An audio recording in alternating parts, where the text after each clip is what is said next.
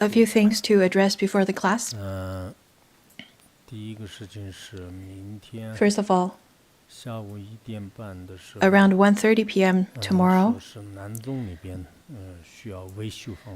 the male practitioners who need some maintenance and reconstruction of the housing, not sure if it is going to be permitted around the Gandora Shrine Hall area. But it's an opportunity that you can submit your request, that you can actually go to the Gandora Shrine Hall and then submit your request over there. So that's the first one. And the second of all,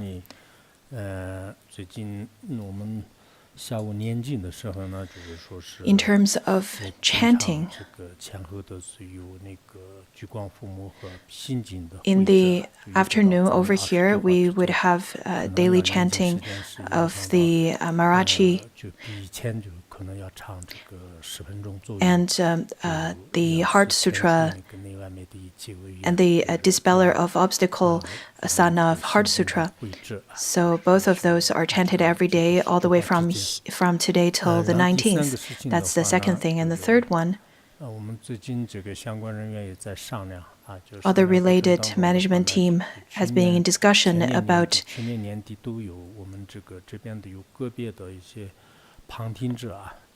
some of our fellow practitioners who are only here to listen to classes but not really applying for the residence to stay here for a long period of time. In fact, we will have an opportunity for you to apply, but if you don't intend to apply, it would be the best for you not to stay here, because there are regulations over here. Let it be listening to the classes and circumambulating the mandala structure and abiding the regulation of separating the male and female practitioners over here.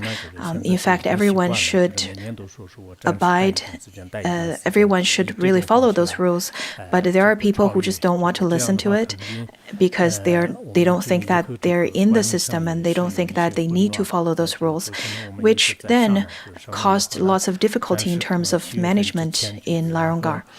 So around July and till the end of the year, for those people who already met the requirements and have the willingness to apply for residency and a study permit over here, then you can do that. If you don't have such intention, it would be the best for you not to stay here. There were a group of people, in fact, there are a group of people who are here, but they don't intend to stay here for a long period of time. And there are the ones who listened to, for example, Words of My Perfect Teacher under the guidance of Khenpo and Khenmos, and then they probably went back or have such plannings.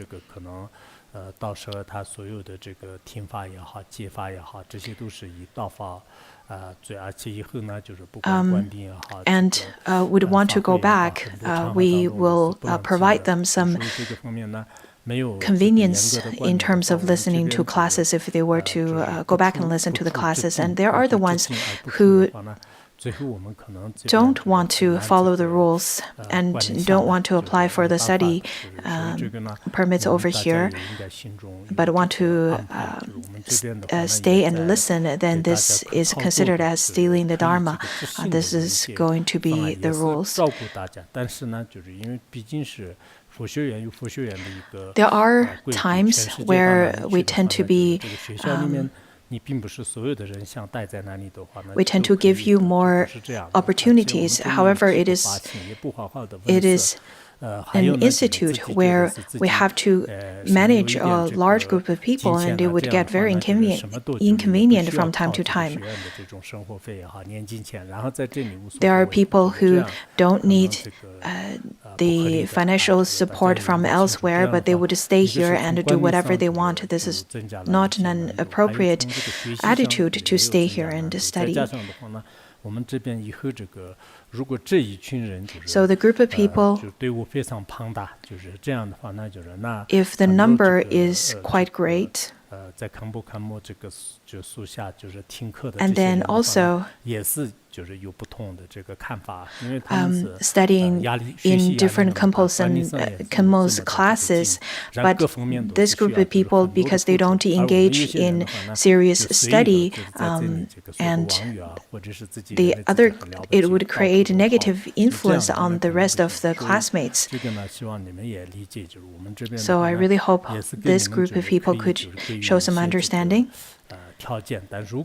We can provide you some convenience, and we can provide you some opportunities, but if you don't want to comply to any of those, it will be very difficult. It is not just words. In fact, we're going to take actions, because in terms of management in Laronggar, we already are maxed out, and it's very difficult right now. So that's the third aspect. And in terms of the fourth aspect,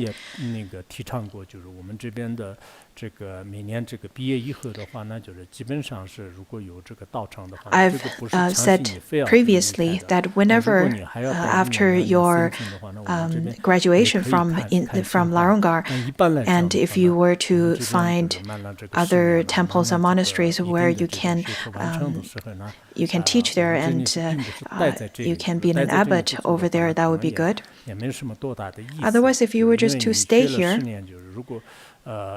without contributing to anything and just doing nothing, then it is really not of any meaning. Of course, if you're very good at teaching, then we can consider to keep you here. But if you are, however, just staying here and just want to squander your time over here, this is not appropriate.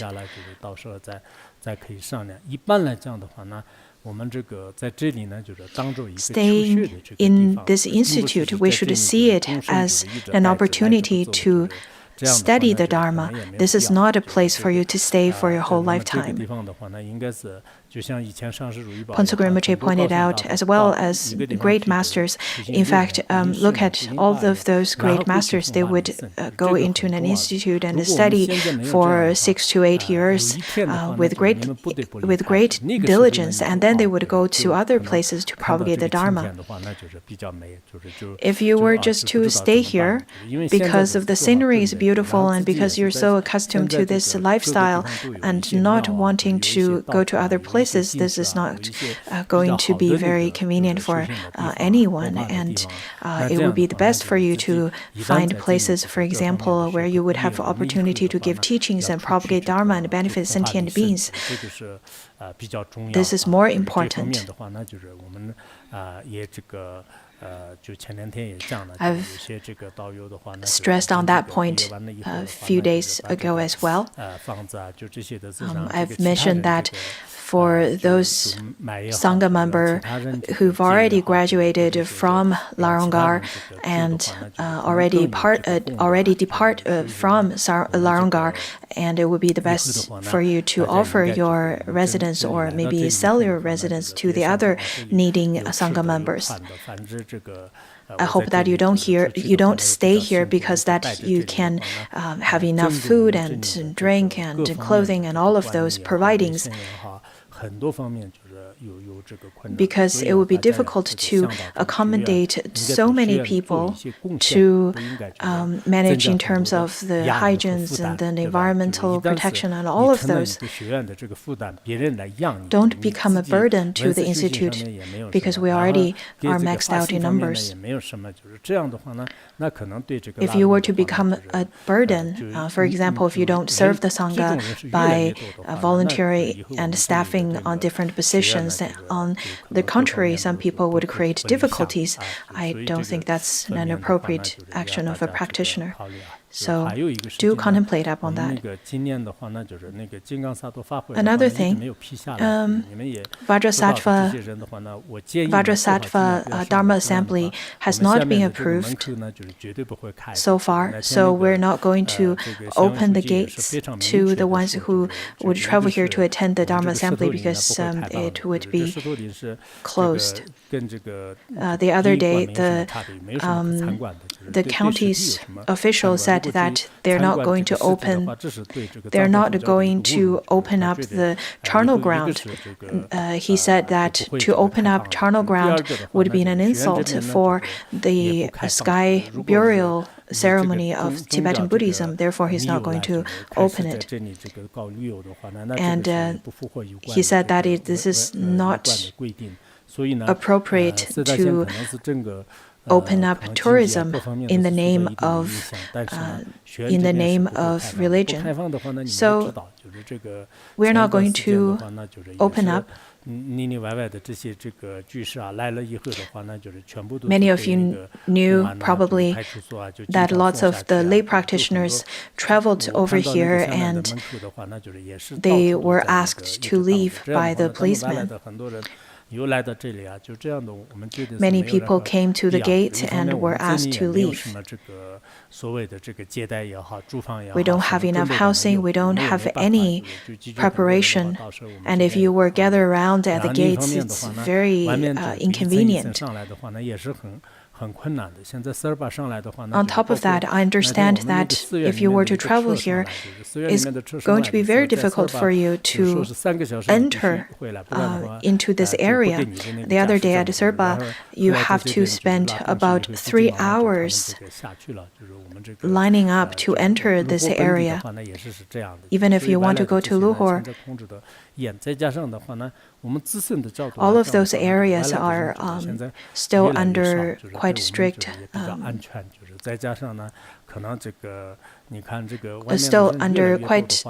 management right now. If there were a flooding of people into Laronggar, in terms of our environment and our hygiene over here, it's going to get chaotic again. We know that protectors are really wonderful over here, so maybe that's a way of them protecting us from all of those chaos. People may feel that, oh, I have some the way I'm saying it is out of my sacred meaning. Well, this is a sign of stupidity because I am speaking out truthfully, and if you were to take it in a different way, this is really quite unwise. I am quite straightforward, and I'm telling you the situations as it is. If you were to come here and then were asked to leave, how inconvenient it is. Many lay practitioners who travel all the way to here were asked to leave at the gate, were asked to leave when they were circumambulating on the mandala.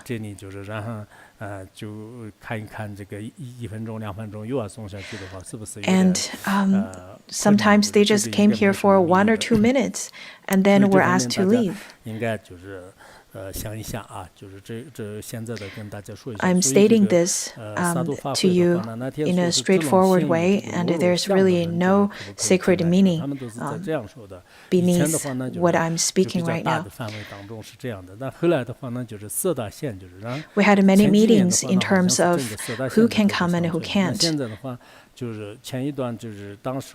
In a smaller area or a larger area, all the way extended to the county or not, we had many meetings on that. In the Aja village and Loro, that's just around the foot of the mountain, those people can travel, but we're still discussing on the possibility of that. We are just applying for the permit for them to travel here. This year, you probably know that there are many new regulations on the traveling of the religious personnel, and it is probably more strict than how it used to be before. Therefore, there are many practitioners who would just stay home and chant mantras and dedicate merit. That would be probably better. If you really don't want to listen, well, I won't be sent off.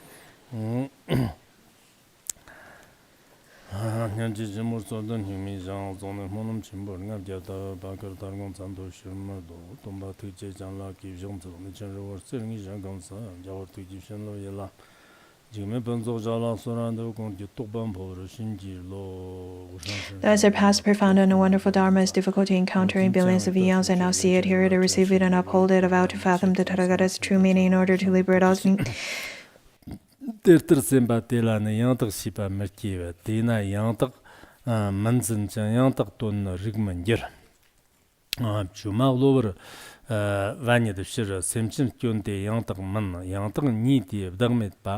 Yondan ranjin takpa yin yangtak mambe ninzan ba yangtak yondan kirnde pa lordan dagdan semchin lam tsum tom shamba topman yer dartar tena tuba le fchodang tomba jinki ba shirb yishi shamchin te churnga tiepshir tele ne kana matu menchong star kyunmid yondan damba dagdan semchin tsum sham le 상제 년는 열도 토 토바진불 길로미 담주 꿈축 rig number 이와레 대전서비 냥보 갑테 담보고 딱톡자라 랑진 돈 대ten 잡당 대체 땅 등니 전부 대양나 저터 디당 저타 녀드 ngô 녀당 점제당 레당 단란 직바 대다가 삼 캡니 기 상제 산음 냠브르 저 랑진 곡스르 집주 집 랑진 곡스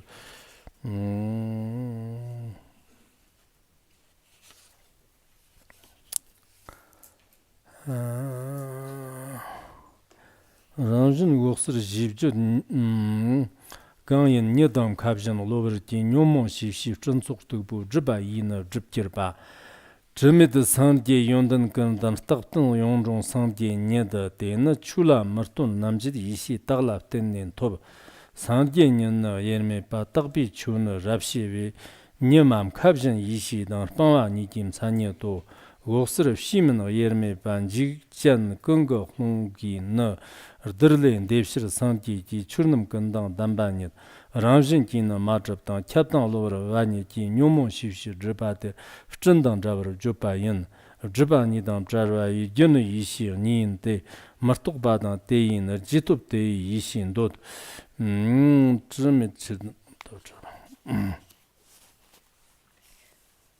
That was the oral transmission, and let's generate Supreme Bodhicitta in order to liberate sentient beings.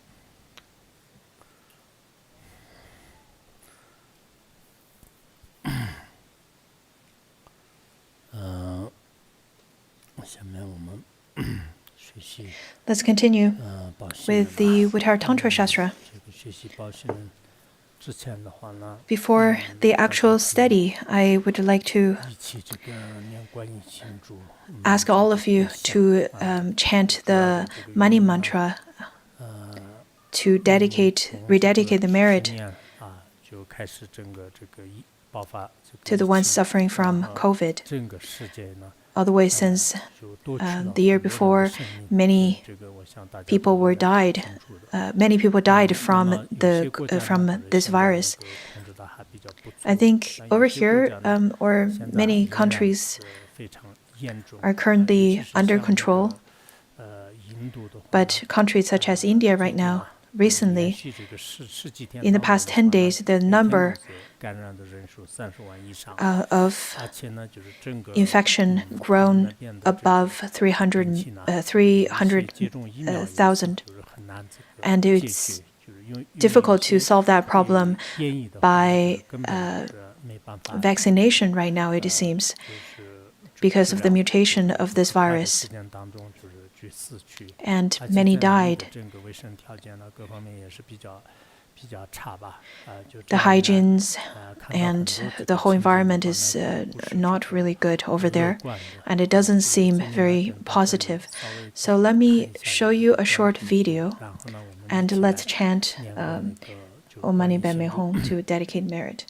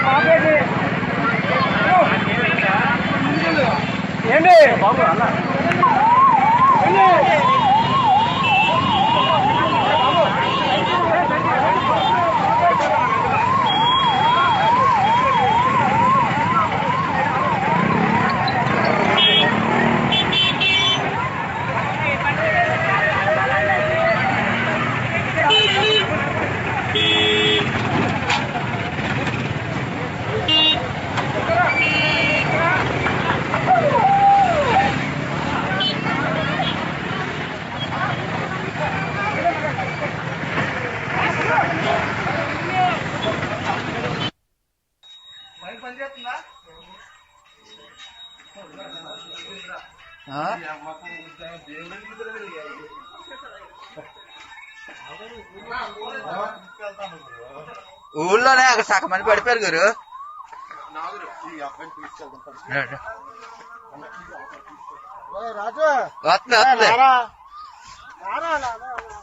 బాసా ambulance వస్తున్నది, ఎక్కించి.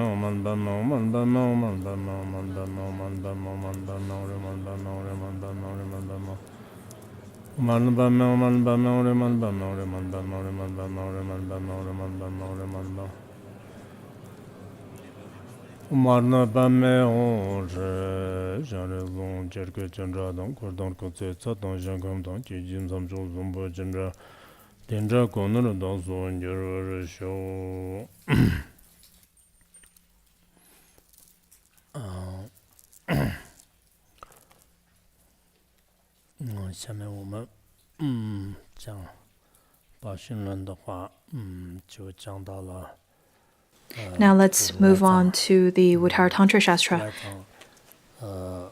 We're currently talking about the merit of Buddha nature, and if you do not or underestimate, or if and there are the 5 faults that comes with not recognizing Buddha nature.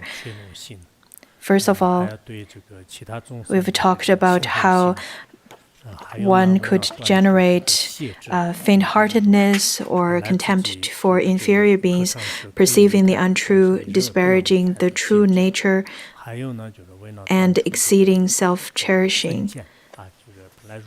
So the ones who cannot perceiving the ones who perceiving the untrue and the ones disparaging the true nature's existence and then exceeding self-cherishing do not have any equanimity. So those were stated in the previous class. And then over here, we're at a place where we are explaining each of them, explaining each of the reasons of the five evils.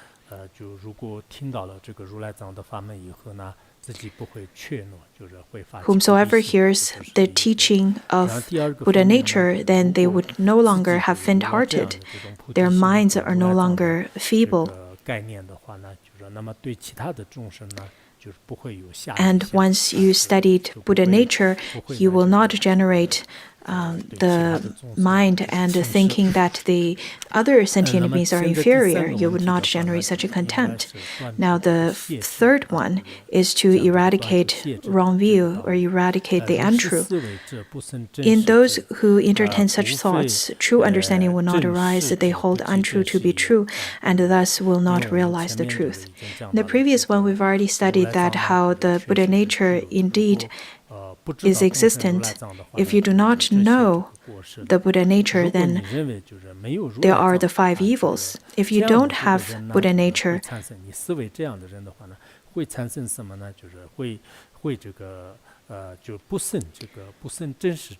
people will not be able to realize the truth.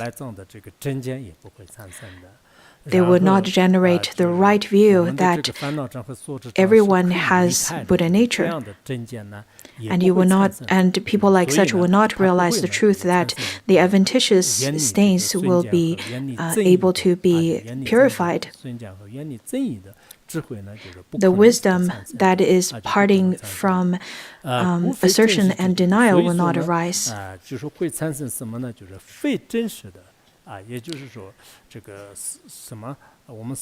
Therefore, they fall into the evil of overstatement and hold what is not true. For example, because adventitious stain can be purified. However, if you were to hold on to the existence of adventitious stains to be truly existent, then that is an overstatement.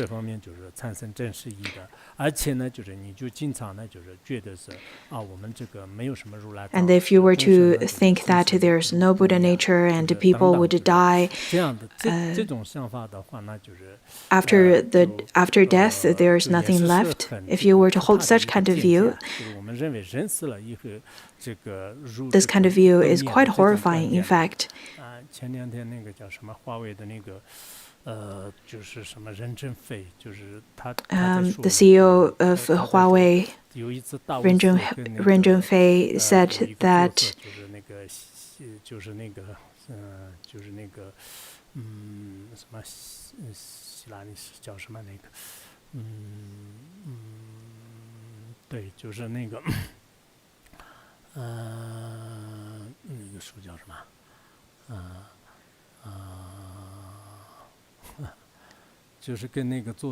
he conversed with an author,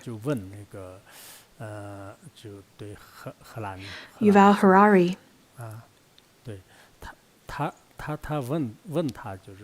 And questioned him, saying that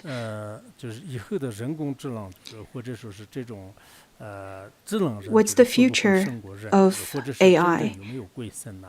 Is AI going to surpass human beings? Are there ghosts and spirits? Are there future lives? Because for various reasons, Ren Zhengfei had to say that there's no future life. And then there were people clapping at the time, but not sure if this is a very positive way to celebrating his speech. Anyhow, for people nowadays, I think there are a group of people who thinks that after death and that's it, there's no more, there's nothing left after death. So there's no existence of Buddha nature. But I think some theories are not necessarily true just because they are widely believed. For example, there are a group of people who can remember their past lives. In fact, quite a number of them. And there are lots of hypotheses that science cannot come to a conclusion.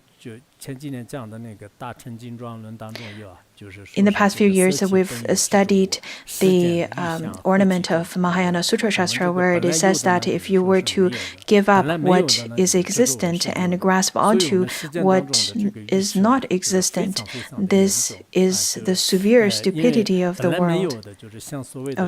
This is a severe sign of stupidity of the worldly beings. The worldly beings indeed hold on to the true existence of adventitious things, of the afflictions. But in terms of Buddha nature, the 10 powers and 18 unusual characteristics, all of those that's intrinsically existent in one's mind stream is completely ignored. We can see that such kind of foolishness can lead to horrifying outcome. That's the third verse, third out of the 5 evils. Now the fourth one says that being artificially produced and adventitious, these faults of beings are not truly existent. So this one talks about the understatement. Being artificially produced and adventitious, these faults of beings are not truly existent. In truth, these evils do not exist as self, but exist as the qualities by nature pure. In fact, all the adventitious things appear because of the causes and conditions. When there is no appropriate causes and conditions, it will not arise. Therefore, since this is adventitious, it could be purified. All the mistakes, all the 84,000 afflictions and faults of sentient beings are not truly existent. They're not solidly existing. So, fortunately, all the wrong views and the 3 poisons, they are adventitious. They're temporary.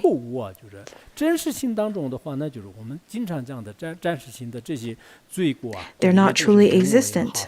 All of those holdings onto the self-existence of, for example, self and phenomena, they are adventitious, they are untrue. The ones who studied Madhyamika, do you remember which text it is from? It says that all the adventitious things or the afflictions are in fact having the nature of emptiness. They do not truly exist. In the teachings of the profound dharmas, in fact, this is stated quite clearly. There's a story in the sutra. There was once 500 arhats who couldn't tame a person and his mind.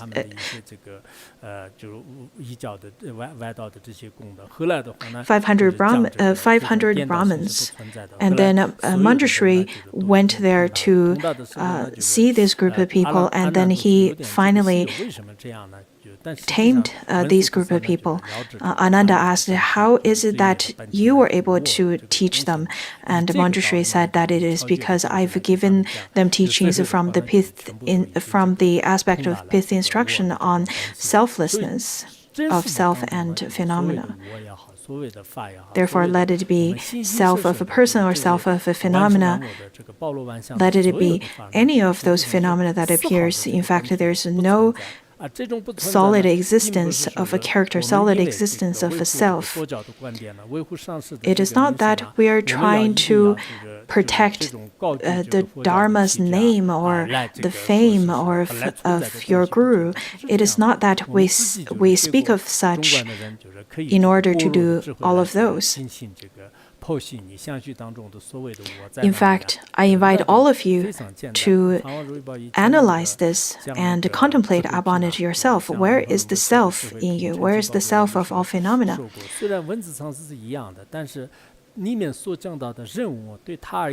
In fact, when we talk about the self of person, there are people who's going to gain great understanding through various texts. There are people who's going to gain great understanding through Uttaratantra Shastra, for example, and it's going to be easier for you to understand the profound Dharma teachings through this text. And after this, you probably would be able to understand that the self does not exist. And the nature is indeed pure and is intrinsically abundant with the 10 powers and 18 uncommon characteristics. In fact, you don't need to question this, whether the Buddha has all of those or not.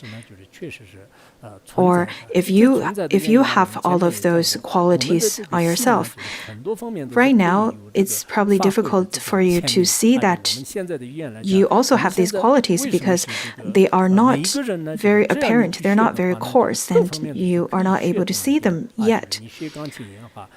However, I think through studying, you will be able to gain understanding. Just like there are people who study, for example, piano, and it takes time for them to go through the course and gain a more profound understanding of it. So similarly, Dharma is exactly the same thing.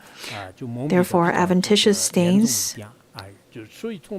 appear on some people may be quite severe and very heavy at this point, but you should know that in your mind stream, in fact, we are already abundant with all the merits.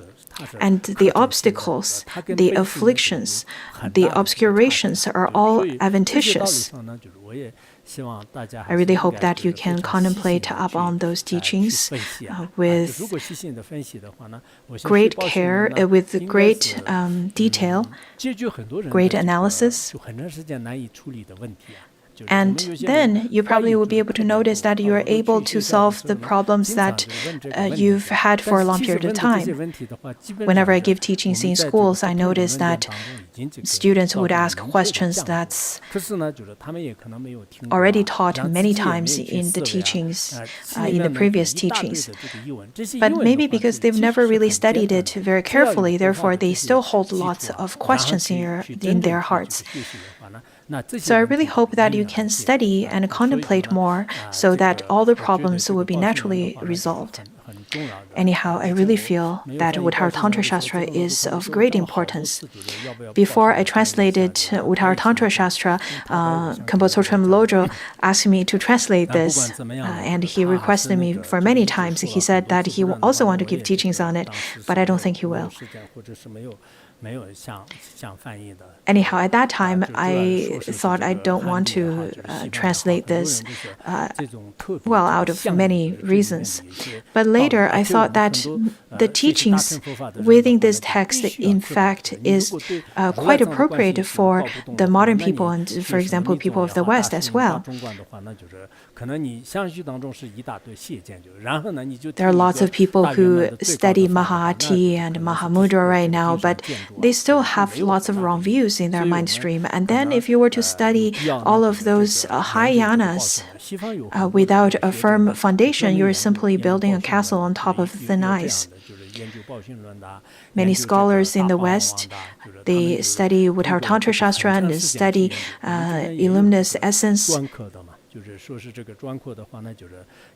And they focus on those texts. There are people who focus on certain texts and studies over here as well, and they study with great attentiveness. That's really wonderful, and maybe I'll give you some reward for that at the end of the year. Anyhow, for people who pay great attention to one particular text and study in great depth of that text is really wonderful. Another thing I would like to bring to your attention is that nowadays we are encouraging people to write essays. There are people who tend to be very vague, and maybe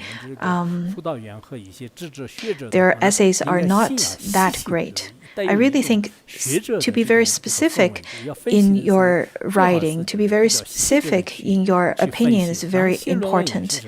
You have to be very detailed in terms of your analysis or on your essay.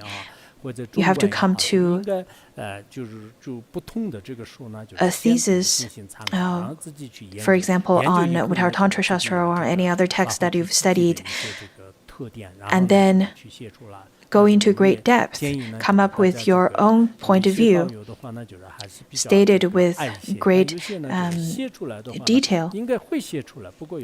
There are people who would give different writings. There are the ones who are very specific and detailed, and there are the ones who are rather quite vague, maybe because of their lazy tendency of contemplation. There are the ones who tend to be very wise, but lazy, and then they won't be able to produce anything that's worthwhile. According to the record of Mind Mirror, where it says that there are people who attain the Bodhi after 3 asamkhya's, and there are people who attain the Bodhi only in a short period of time, and the reason behind that is because of the differences of their efforts. So the ones who are diligent, they can be successful, and the ones who are lazy will not be. Let it be participating in exams or in writing essays, you should really follow the steps. Don't pretend that you don't need fame and you don't need those certificates, and don't pretend that these are just illusion, therefore you don't need it. Well, if your level of understanding is like such, of course, that's fine. But even so, even if your understanding is that high, your realization is that high, let's look at the great masters throughout history. Their realization are of a great profundity, and still they would participate in various kinds of activities to benefit sentient beings. And there are the ones who hold on to those scholarly fame very solidly as well. For example, just like the worldly beings who would wear those graduation costumes, and then they feel that they're the greatest and they wouldn't listen to anyone. I see that trend in some people over here as well. Some of the scholarly practitioners over here, Sangha members over here, they tend to feel that they're of the greatest. Unfortunately, the signal's interrupted.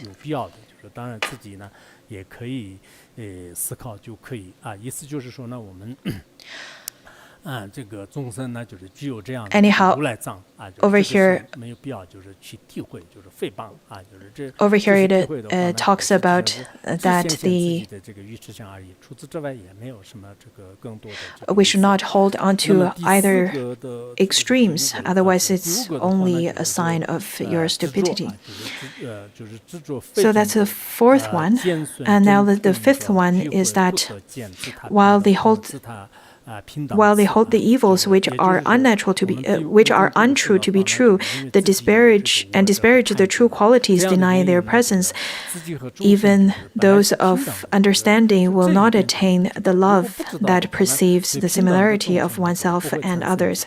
So it talks about the equanimity. If you were to see that you yourself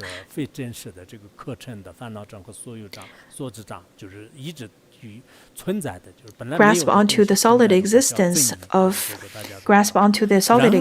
of adventitious thing, that is assertion or addition, and then if you were to deny the spontaneously appearing of the merits such as the 10 powers and 18 uncommon characteristics as non-existent, then that is a sign of understatement or disparaging. If you don't accept what is existent, if you hold on to what is not existent, then how can you be a bodhisattva with wisdom? So after eradicating the two as a bodhisattva with wisdom, they would view the equanimity of sentient beings and self. In the second turning of the wheel and the third turning of the Dharma wheel, in fact, the Buddha nature is taught in a slightly different way. Mipa Rinpoche give teachings on how the ultimate teaching, in fact, ultimate teaching of Buddha nature is taught differently in the second turning than the third turning. So over here, it says that once you study the Buddha nature in the third turning, you should understand that there is a sense of equanimity between one and the others, since we all have Buddha nature. For the reason of not studying Uttaratantra Shastra, it would be difficult for one to generate the profound bodhicitta.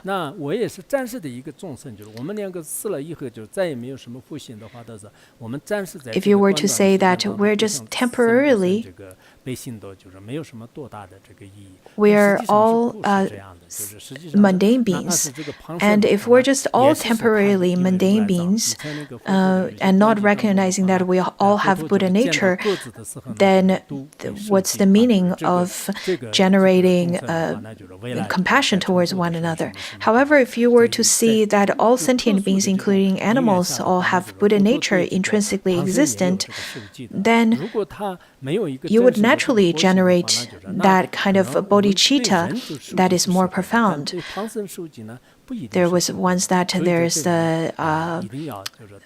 there's also the story according to the Buddha's teachings that he in fact gave predictions of the enlightenment of certain animals even. And if you were to only understand it from the second turning of the wheel, you won't understand why why the prediction is given to the animals. After studying bodhicitta,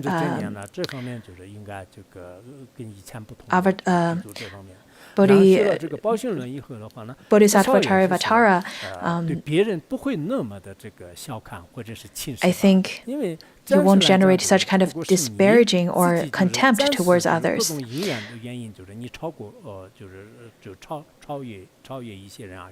Because maybe temporarily you are a little bit better than the others. Maybe temporarily, on the other extreme, maybe temporarily you are inferior than the others, but ultimately you are also the same Buddha as the others. Look at some of those officials. Whenever it's about to be their turn to be a leader, to be in an official or authority, then everyone else would respect them, even if they're not yet at that state yet, even if they're not yet taken office yet. Similarly, since we know that we are all Buddhas of the future, then we won't disparage anyone. On top of that, not only all the other sentient beings are the future Tathagatas, you yourself are also the future Tathagata. So you won't generate any disparaging towards others or self. Therefore, whomsoever studied Uttaratantra Shastra very well, then you would generate respect towards everyone. You would treat everyone with equal respect.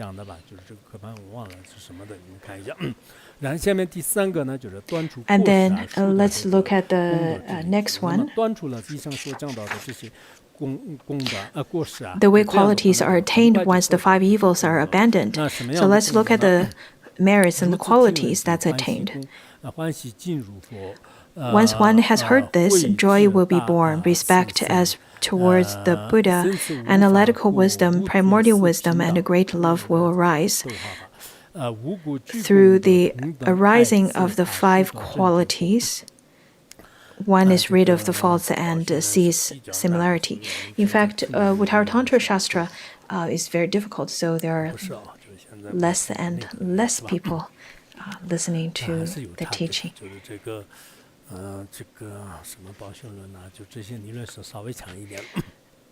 I'm sure there's a difference in the number of people attending the class because it is a very difficult text. In various texts on Uttaratantra, in various teachings on the Buddha nature, in fact, after hearing the merits of Buddha nature and contemplating upon it, you'll be able to know that all sentient beings have Buddha nature, and for that reason, you won't generate faint-heartedness. You won't feel that, oh, I won't be able to become a Buddha, I won't be able to gain enlightenment, to attain enlightenment. On the contrary, you would generate a sense of confidence and then joyful mindedness whenever practicing anything. On top of that, because knowing that all sentient beings have Buddha nature, you will not disparage any other sentient beings or contempt the others, and you would respect them just like how you would respect a Buddha. Being very confident that maybe now I am of the inferior capacity, I'm not of a beautiful appearance, I don't have great wisdom, I'm not that smart, I don't have great wealth, I don't have good grades, and there are many areas that I am not proficient in, but in the next lifetime and in the future lifetimes, I will be able to get better and better. So you will be able to generate such kind of faith in yourself that with constant effort you will be able to remove those adventitious things and eventually attain your pure nature. So you would generate faith at the same time a sense of respect for self and the others. On top of that, knowing that all the faults are adventitious,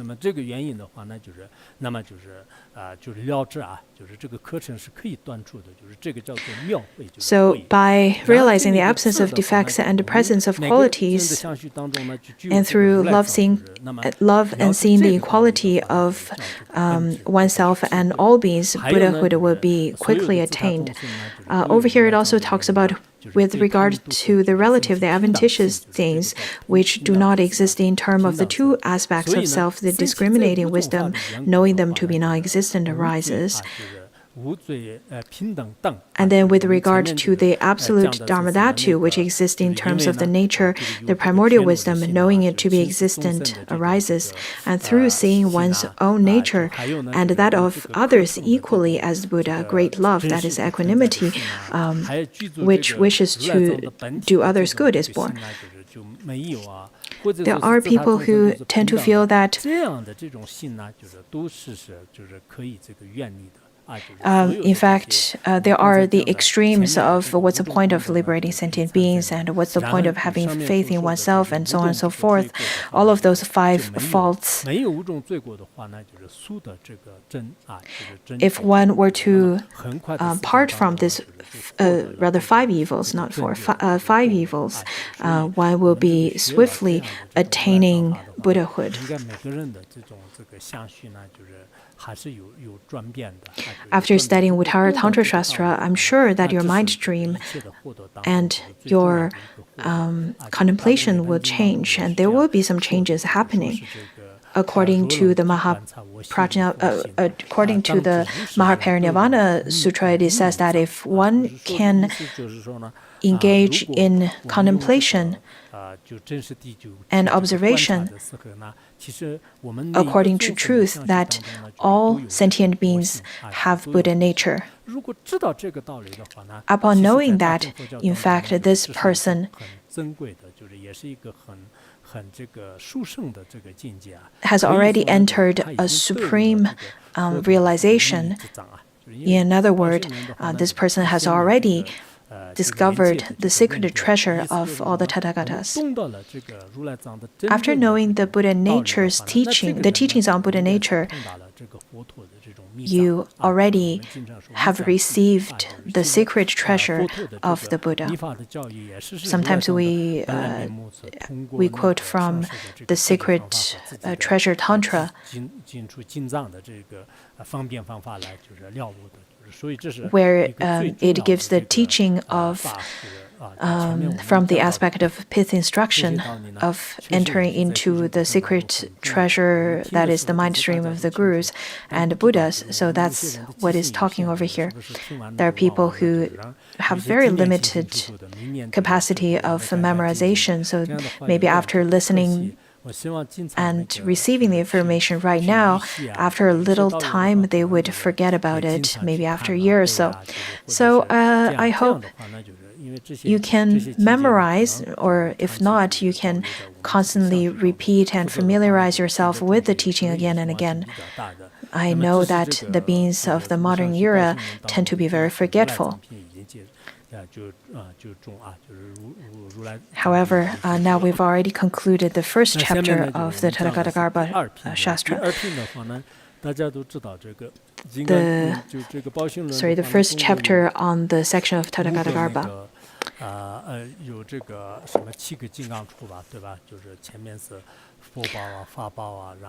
Out of the whole text, there are the 7 Vajra points. Now we are moving on to the 5th Vajra point after the first 4, where it talks about Buddha, Dharma, Sangha, and then the Tathagata Garbha. And now this is the 5th Vajra point, enlightenment. In the chapter 2, on enlightenment, the Bodhi, and then on the 3rd chapter talks about the activity and then merit. So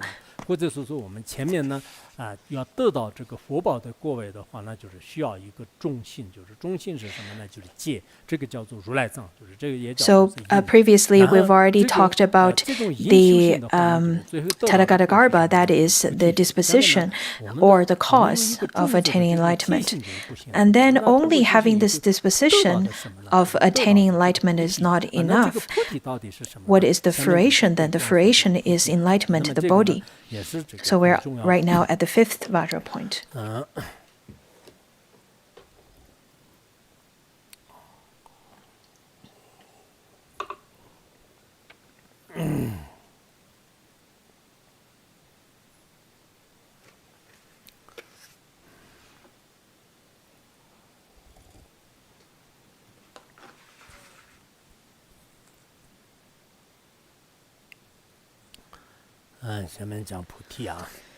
Now the 5th Vajra point, enlightenment.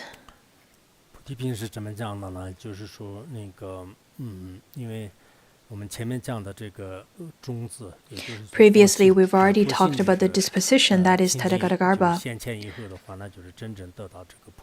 After the full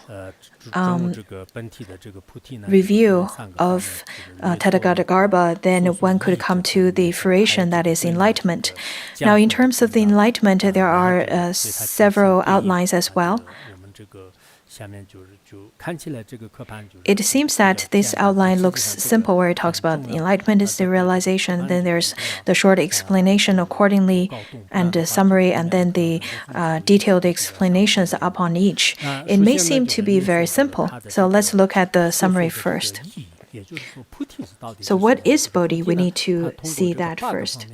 There are 8 aspects in the summary.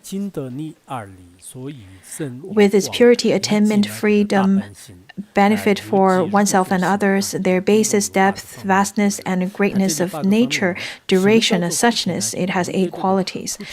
In fact, we need to know what is Bodhi in terms of its cause, in terms of its nature, in terms of the various aspects of the Bodhi, then we will be able to fully analyze what is Bodhi, the enlightenment. If people were to ask you, what is enlightenment? Then you can point to them that it is detailedly discussed in the Uttaratantra Shastra. So let's look at the first quality, that is purity. Purity describes that it is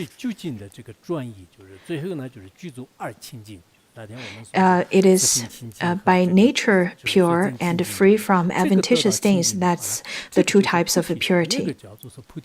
That's the essence of Bodhi. It is the pure essence of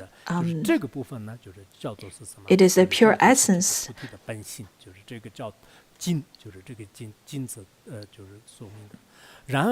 So the first one is purity, and then the second one is on the attainment. So how can you attain Bodhi? How can you attain enlightenment? The means of attaining this enlightenment as being the practice of the path of meditative and post-meditative phases through the wisdom of reality and the wisdom of omniscience. How can you discover how can you attain it? What are the means? In fact, the 2 means are attained by meditative and post-meditative phases. Through the meditative phases, it is that you can attain the wisdom of nature of things, and through the post-meditative, you attain the wisdom of omniscience. And then the third one talks about the fruition, which describes the fact that due to the practice of the path, it is free from the pollution of the 2 veils. After attaining the wisdom of knowing the nature of things and the wisdom of omniscience, then you can purify the 2 types of afflictions or veils, that is, the veil of affliction or the obscuration of affliction and cognitive obscuration. In fact, Maitreya gives the style of teaching where he would give a summary and then detailed explanation and then a conclusion with summary again. So that's the style of his teaching. Over here, it describes the fruition aspect. And then how about the function? In terms of the function, it describes the fact that due to the veils being abandoned, it accomplishes the 2 benefits, that is, benefit for oneself and the others. When one already attained the perfection of illumination and primordial wisdom, then the 5th one is on the topic of endowment describes the fact that it possesses inconceivable quality, providing the basis for the two benefits. So the endowment aspect, or what you rely upon, what are the two benefits? In fact, Buddha nature is very rich, just like how there are people who,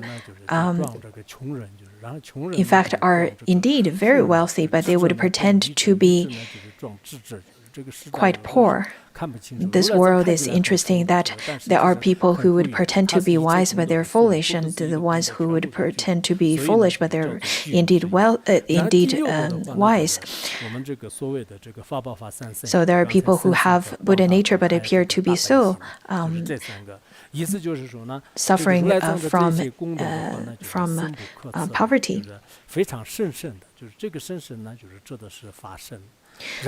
On the topic of manifestation, describes the fact that these qualities manifest through the divisions of the three kayas, the Svabhavika kaya, and Sambhoga kaya, and Nirmana kaya. So the Nirmana kaya that provides benefits to the sentient beings, and the Svabhavika kaya, that is Dharma kaya, and then the Sambhoga kaya, the manifestation. In fact, over here, instead of manifestation, it is on the teaching of entering. On the topic of permanence, describes the fact of that three kayas will last as long as there is space, and then that is of the Svabhavika kaya, and then the later two, as long as there are sentient beings. Till the end of space, in fact, the Dharmakaya would not change, the Svabhavika kaya would not change.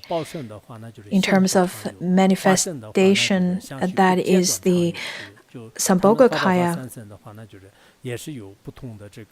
and Nirmana kaya, in terms of its manifestation to benefit sentient beings.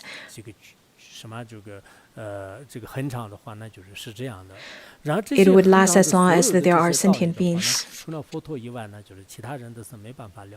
So, in terms of the three kayas, they are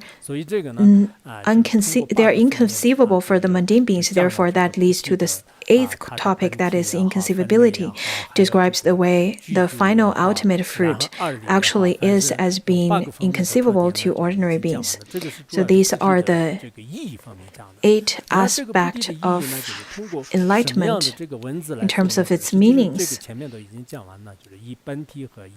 So essence, cause, fruit, function, endowment, entering, permanence, and inconceivability. Those are the 8 aspects. By now, you know that the nature or the essence of enlightenment is purity, and through the 2 wisdoms gained through meditative and post-meditative phases, those contribute to the cause. That is the attainment, and then freedom is the fruition. In terms of the function, it is to benefit for oneself and the others. This is the function. On the topic of endowment, it is the endowment of the vast merits and benefits. And then in terms of entering, it describes the 3 kayas. And in terms of permanence,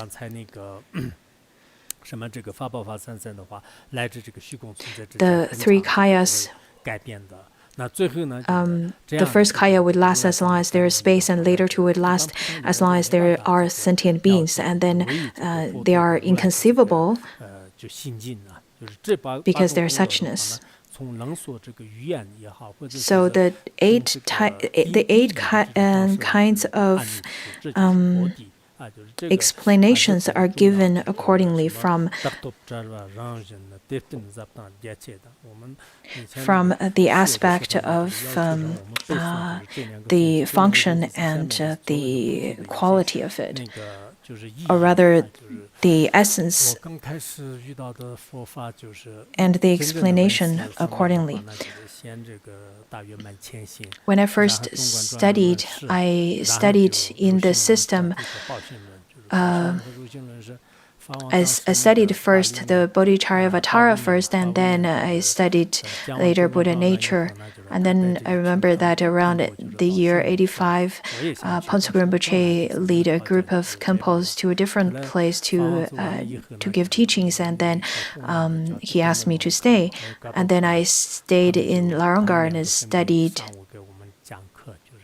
under two Khenpos in Gananoro, who give us teachings on the Mahayana and Uttaratantra Shastra, and give us the oral transmissions of tantras. And then later, Khenpo Gado give us teachings on the Bodhisattva Charyavatara. I remember that it was summer. Throughout the day, we would study. When I first came to Larangar, I spent a lot of time in studying. I was very diligent and put lots of efforts. During summer, at mid of day, Phuntsok Rinpoche felt that the practitioners, since we live in such a kind of hard lifestyle, therefore he then provided milk to all of us, because there's one cow that's available over here. And Phuntsok Rinpoche said that when he studied in Sersho, he remembered some yogurt and milk provided lots of nutrition to the body, and it was very healthy for all of us. So we felt that after drinking that milk, it gave us lots of energy. And he asked me to recite the verses. I haven't used it for a while, but I remembered it.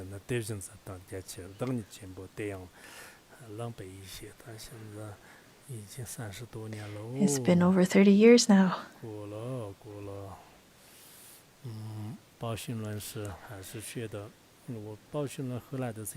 I don't think I've given much teachings on Uttaratantra Shastra after studying it. I listened and studied it. I didn't even mentor anyone to study Uttaratantra Shastra at the time, because that time I studied mostly on Bodhicharyavatara. I had the oral transmission from back then, but I didn't really study, but I didn't give teachings on it at all. So if I were to make a mistake, you can raise up your hand and tell me that I've made a mistake. The Westerners like that. If the teacher is not giving a good teaching, then the student would raise up their hands and said, no, that's not good teaching. There was this once that I went to a school, and many people were raising up their hands, and they were pointing out that the translator was not good. When I listened to that translator, I felt it was very good, actually, but the audience said that the translator is not good. Therefore, we had to change to a different translator.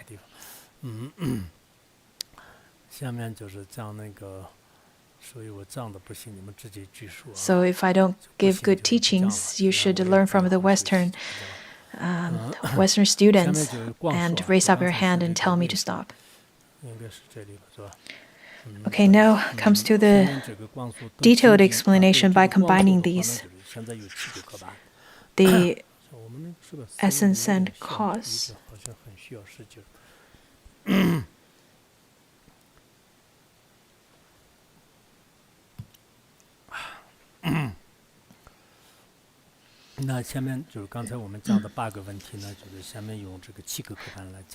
The previous 8 topics are discussed in 7 outlines, and it is discussed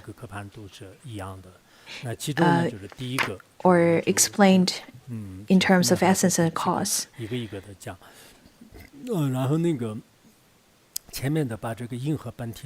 Let's look at the essence and cause. They are combined together. So it's a concise explanation of the way purity is attained.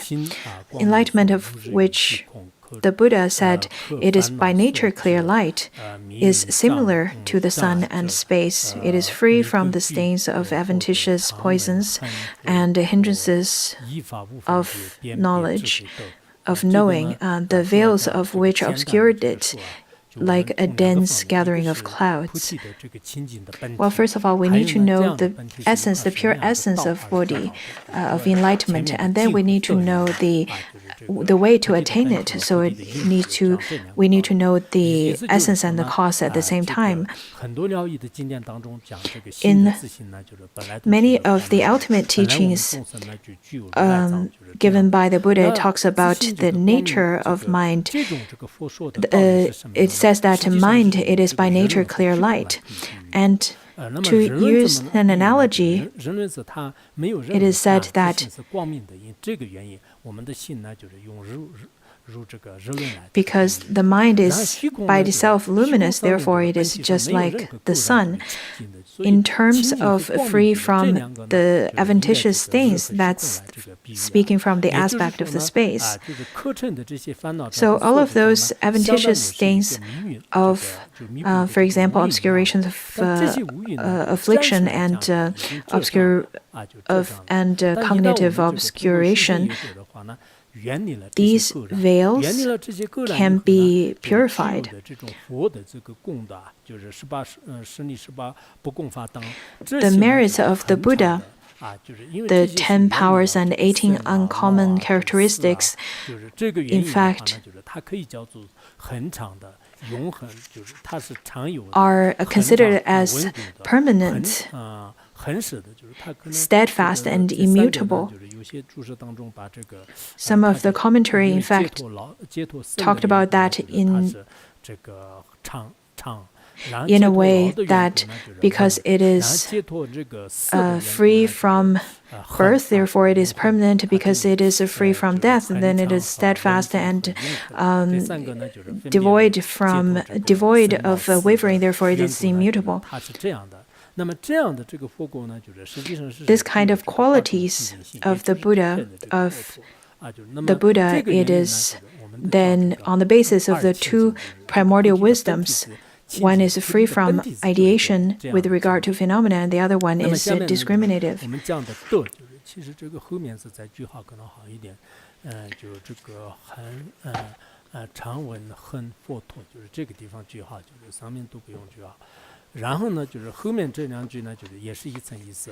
The next two verses talks about the other quality, where it says that the basis of the two primordial wisdoms, the two wisdoms that's attained through a meditative state and a post-meditative state. So stage by stage, it could it could reveal the enlightenment. Therefore, over here it points out the importance of meditation.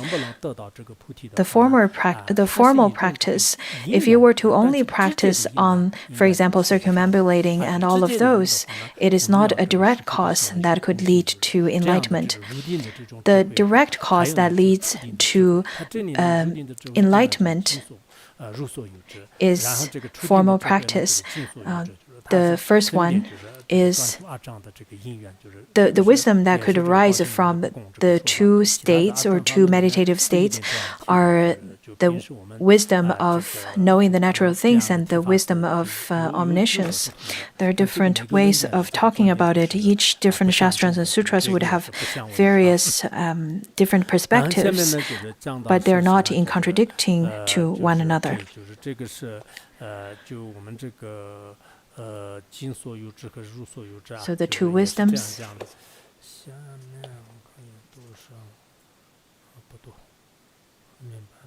Okay, let's finish this part.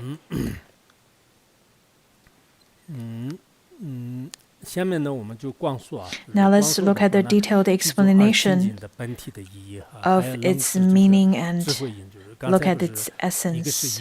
Previously, we've already talked about its essence and its cause.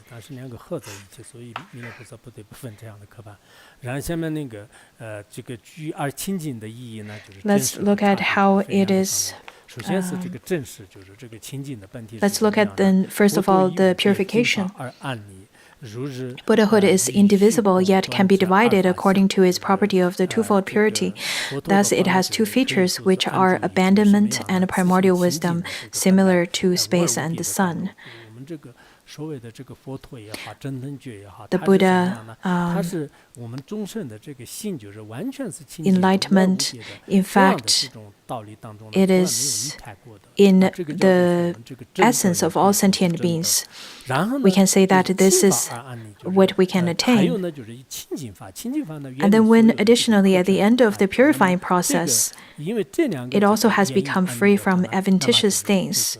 There are the two types of purity.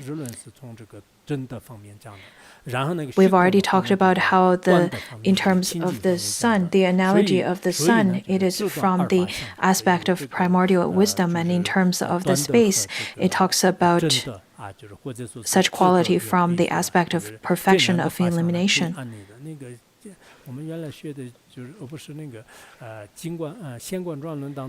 In the Shastra of clear realization, it says that once the defilements are completely eradicated, one would be able to generate the wisdom that is unborn.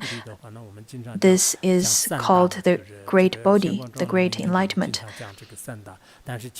In this Shastra, it often talks about the three greats, the great Bodhi, the great perfection of elimination, and the great primordial wisdom. In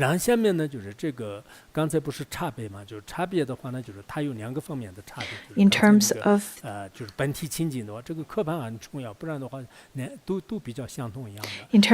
the differences, in fact, I think we definitely need to look at the outline so that we can look at why the analogy is given in such a way. So the way it possesses quality, luminous clear light is not created. It is indivisible. It is indivisibly manifest in the nature of beings and holds all the Buddha properties, outnumbering the grains of sand in the river Ganges. The sentient beings' mind stream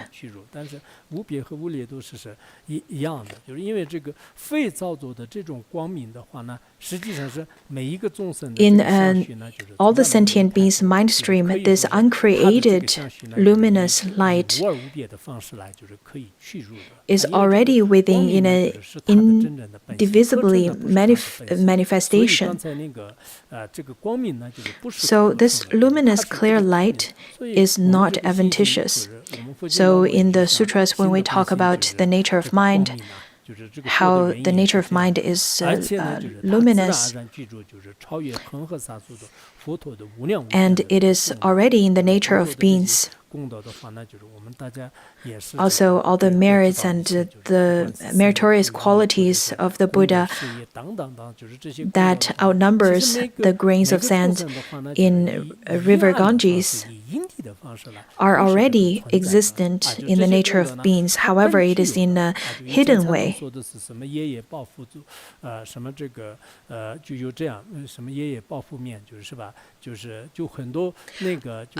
How in the Chinese Buddhism there are people would say that you would go to sleep with the Buddha every night but not knowing it.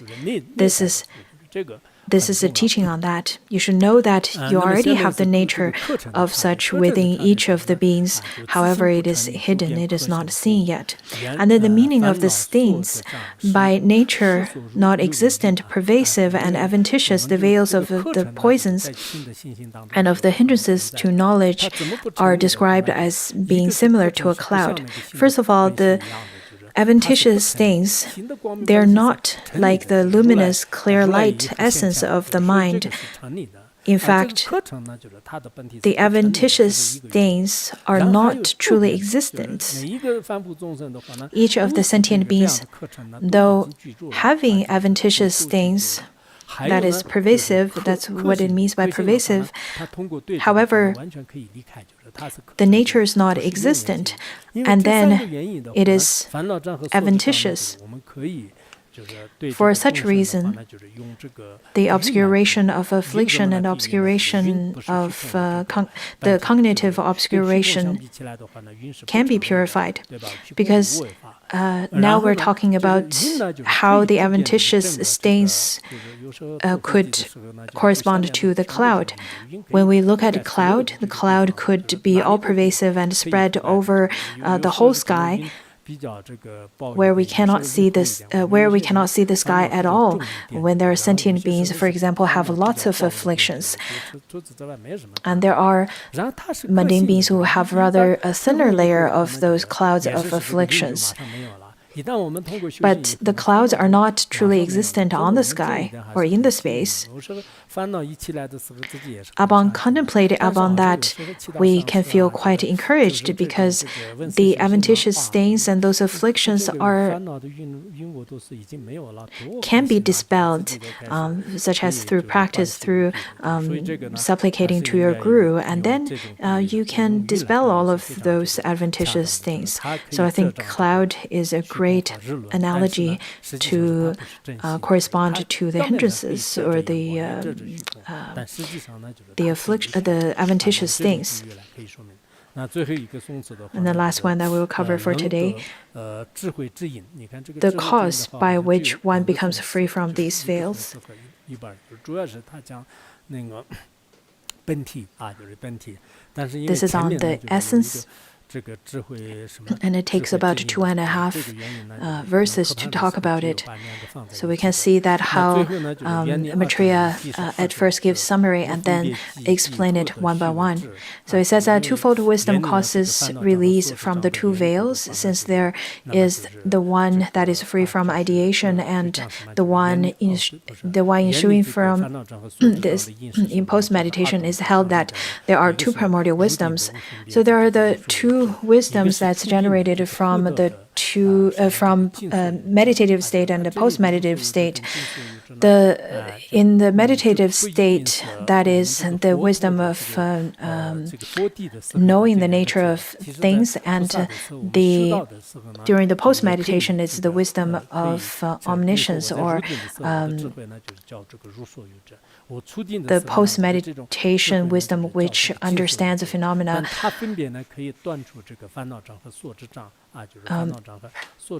as the way they are. According to the ornament of Mahayana Uttaratantra Shastra, where it says that one should practice on this path and attain the two types of, or practice upon the two types of wisdom in order to eradicate the two types of obscurations, that is, obscuration of affliction and cognitive obscuration. So the wisdom of non-discriminating could eradicate the obscuration of affliction, and then the wisdom of discernment eradicates the cognitive obscuration. So here it talks about one of the, actually 2 out of the first 8. There are 7 outlines that's going to talked about in the later part. 6. There are 6 left, right? Seems like my math is not working. Maybe we should stop here today? Or do you want me to give another 2 hours of teaching?